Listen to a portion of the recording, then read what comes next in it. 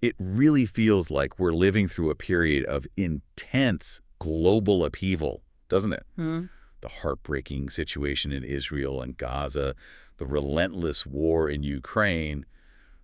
These aren't isolated events. They're all, you know, tangled up. Yeah, absolutely. In the bigger picture of how the world works. And that's precisely what we're going to dig into today for you. Exactly. We're taking a deep dive into a recent discussion from the Dutch program Buitenhof. Right. It featured Frans Timmermans, a significant figure in European politics, obviously, and Mark de Cruyff, a former lieutenant general. So you've got real military experience there. Two very different angles, yeah. Yeah. But equally important, looking at these huge conflicts. Mm-hmm. Absolutely.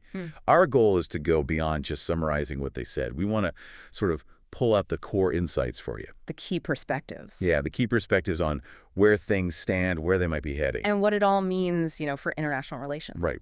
So let's not waste any time. Let's start with Gaza. It's just such an incredibly complex and, frankly, painful situation. Well, one of the first things they talked about was the Dutch government's reaction, or maybe lack of it. Ah, yes. The mayor of Halsema called on the cabinet to take a stronger line. Exactly. And Timmermans, well, he seemed to agree strongly.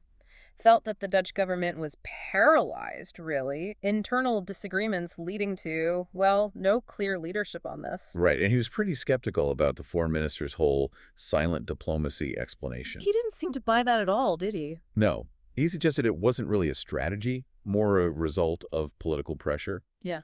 Figures like Wilders and Giselgas who strongly backed Netanyahu. So the silence wasn't golden in his view. It was imposed. That seemed to be the implication. Now, shifting to General de Cruyff's military perspective on Gaza, what were his main points there about the actual fighting? Well, de Cruyff really hammered home the military principles: proportionality, effectiveness. Right. He questioned if the force being used was, proportionate, but maybe even more, is it effective? Can you actually achieve the stated goal, eliminating Hamas this way? Through military means alone. Exactly. He drew parallels, looked at history, said it's incredibly hard, maybe impossible, to just wipe out a movement like Hamas with military power. Right. So a key insight for you there is perhaps the limit of military solutions for these kinds of deep-seated conflicts. You need something else. That's a really crucial point. Yeah. And it leads to that incredibly difficult question they raised. Can this be called a senseless killing spree? Strong words. Very strong. And de Cruyff acknowledged how hard it is to assign meaning to that kind of violence. Yeah. But he stressed we need consistent standards. Look at Ukraine, he said. We talk about indiscriminate violence, attacks on civilians. Even genocide. Even genocide, though he was careful about the legal definition. But his point was the immense suffering in Gaza, what he saw as disproportionate violence, it's deeply troubling, regardless of the label. So apply the same lens everywhere. That was his core argument: consistency. It really makes you think about the words we use, the standards. Yeah. Okay, looking ahead then. Beyond the immediate fighting in Gaza, they talked about some potential future scenarios, international responses.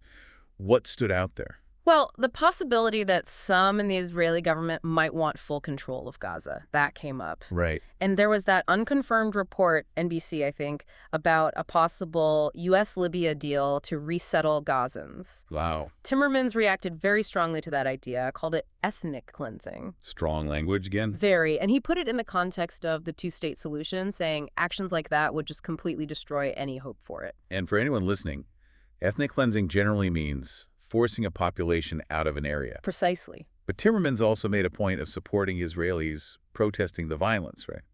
Calling for coexistence. Yes, he did. Which is important, isn't it? To remember it's not one single view inside Israel. Absolutely. Then the conversation took a heavy turn. Yeah. Historical comparisons. Yeah. Trebrenica came up. Uh-huh. And how Jan Pronk used the term genocide early on there. Which led into the legal discussion about Gaza now. References to the ICJ, the ICC, legal experts writing in NRC Handelsblad. A Dutch paper. Right? Suggesting that genocidal violence is, a potential legal description for what's happening. But Timmermans explained why politicians might hesitate to use that specific word, genocide. He did. It was quite a pragmatic, maybe even cynical political point. What was the reasoning? He argued that if you label something genocide politically, it creates an immediate obligation to act, a very serious one. The responsibility to protect. Kind of. Something like that. And maybe the political will or consensus to take that kind of action just isn't there. So politicians shy away from the word itself.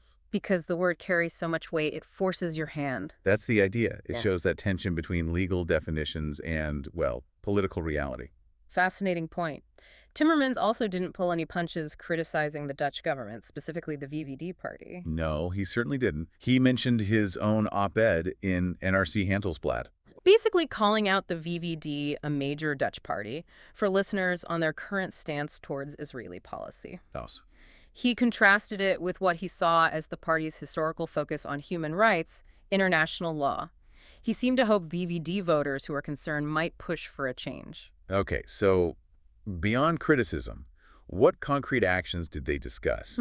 Things the Netherlands or the EU could actually do? Several things were floated. Stopping the supply of F-35 parts through Woensdrecht, Okay, stopping arms purchases from Israel or sales to Israel, blocking imports from occupied territories, right. and even pushing to suspend the EU's trade agreement with Israel. That would be significant. That trade agreement covers a lot. It does. Big economic implications. But they also mentioned limitations, didn't they? Like with the F-35 parts. Yeah, fair point. The argument was, even if the Netherlands stops acting as a hub, the U.S. could just ship parts directly to Israel. So it might not have the intended impact. Potentially less impact, yes.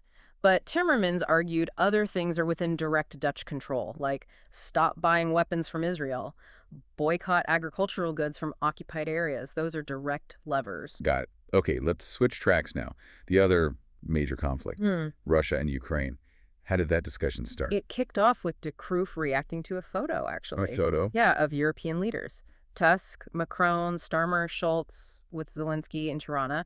De Croo saw it as really significant, How so? as a powerful display of European unity against Putin, especially, with the uncertainty hanging over U.S. support for Ukraine. Right. The idea that Europe might have to carry more of the weight. Exactly. Which leads to the big questions. Can Europe do it? And maybe more importantly, will it? What were their thoughts on that? Europe's capacity and willingness? De Croo seemed pretty confident about the capacity. Europe has the people, the money, the tech. He believed that. But the absolute key is political will. If that falters, he argued, the consequences for Ukraine could be, well, catastrophic. It sends a terrible signal, like Europe is leaving them to face Russia alone. A chilling thought.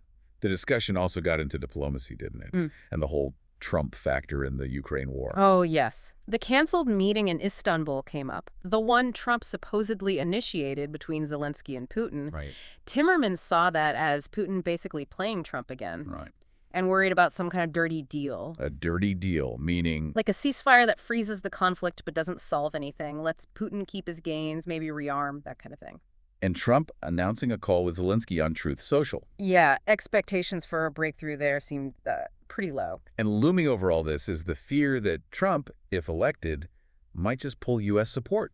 Stop sending weapons. That's the huge unknown, isn't it? De Croo did offer a bit of a counter-narrative, though. Oh. He pointed to Europe ramping up its own military production and Ukraine's own arms industry getting stronger, more sophisticated. So, less reliant, maybe? Potentially. He also described the battlefield as basically a stalemate. Russia lacking the quality troops for big breakthroughs, while Ukraine can increasingly hit targets deep inside Russia. But he still stressed the need for Western support. Oh, absolutely. He was crystal clear. Continued weapons, continued economic aid from Europe and the U.S. are vital.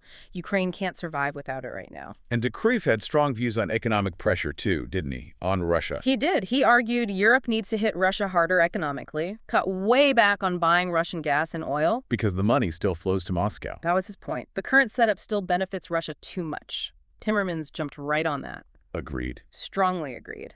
Said the EU needs to speed up its plan to get off Russian fossil fuels, and he urged the Dutch government specifically to take the lead on that, working with Germany. Okay, so that naturally leads into the next topic. NATO and European defense, especially with that summit coming up in The Hague. Yes, the summit route initiated, big focus, obviously, and Trump's demand. The 5%. The 5% of GDP for defense. That got a lot of airtime. For the Netherlands, that figure is huge, right? 50 billion euros. Wow. De Croo broke that 5% down a bit more, though, didn't he? It wasn't all just tanks and planes. Right. He sort of split it. Maybe 3.5% for core defense spending, and the other 1.5% for crucial infrastructure, Roads, bridges, rail lines capable of handling heavy military gear. Infrastructure to support the military. Exactly. He also made that interesting point about how the current Dutch 2% includes things like pensions, unemployment benefits, a watchbelden. Which isn't quite what people think of as defense spending. Not usually, no. He really stressed needing infrastructure that can actually move military forces effectively. And Timmermans, his take on spending more. He agreed more spending is needed, but he emphasized European cooperation. Working together. Yes. He cited Sikorsky the idea that if Europe coordinates better, it's already stronger collectively than Russia. Interesting. And funding. Where does the money come from? Timmermans floated ideas like higher bank taxes, mentioned ING's big share buybacks as, an example of where money exists in the system. But he also pushed back on where the defense money should come from, didn't he? Not from social programs. Absolutely. That was a really strong point he made. National security isn't just military might. It's education, healthcare, social safety nets. Societal resilience. Exactly. He flatly rejected cutting those essential areas to pay for defense, said it would actually make the country less secure in the long run. Makes sense. Now, the dynamics around the Hague summit itself. Trump, Zelensky, could get awkward. Yeah, Trump apparently not wanting to meet Zelensky there. That was noted. But the Dutch defense minister plans to invite Zelensky anyway. That's the plan, yes. And Timmermans, well, he said if he were foreign minister, he'd invite Zelensky no matter what. Full stop. Sending a message of European support. Precisely. Regardless of who's in the White House, though he did speculate Trump might show up if that 5% target gets real traction, claim credit. A photo op for achieving his goal. Perhaps, but there was definite skepticism about whether NATO countries would actually hit that 5% anyway. Seems ambitious. Okay, one last topic they touched on. More local but symbolic. Trump potentially visiting the Margrethen Cemetery. Yeah, the American War Cemetery. Hugely significant place in the Netherlands.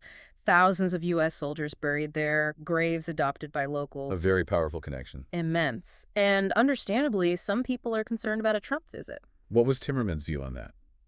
It was quite nuanced, actually. He said, look, I have my reservations about Trump, clearly. Right. But he is the former U.S. president. And given the sacrifice those American soldiers made for Dutch freedom, he felt a visit would be appropriate. He mentioned Bush visiting with Queen Beatrix. Acknowledging the history of the person. Kind of. And he also reminded everyone that the Netherlands invoked Article 5 after 9/11, sent troops to help the U.S., didn't ask for repayment, pointing to that shared history of mutual support. Right. And there was a very brief mention, too, about a local official's right to speak freely. Just a quick point, yeah, about the right to express opinions without being intimidated by, in this case, the Israeli state. Freedom of speech, basically. Okay, so as we wrap this deep dive up, it's clear we've covered a lot of ground, a lot of interconnected crises. Definitely. Gaza, Ukraine, the whole shifting global order, Europe's role. It's all tied together. And the discussion really highlighted the different perspectives, didn't it? And just how incredibly complex finding solutions is. Absolutely. Timmermans, de Croof, they brought their experience, their insights, but the path forward still looks really uncertain, really challenging. Which brings us to a final thought for you listening at home, thinking about how interconnected all this is. What single action by maybe one major international player do you think could have the biggest positive impact right now? That's a tough one. It is, and maybe just as important. What are the biggest hurdles stopping that action from actually happening? Something to chew on. Definitely something to reflect on. Well, thanks for joining us for this deep dive. We really encourage you to keep exploring these vital issues, keep thinking critically,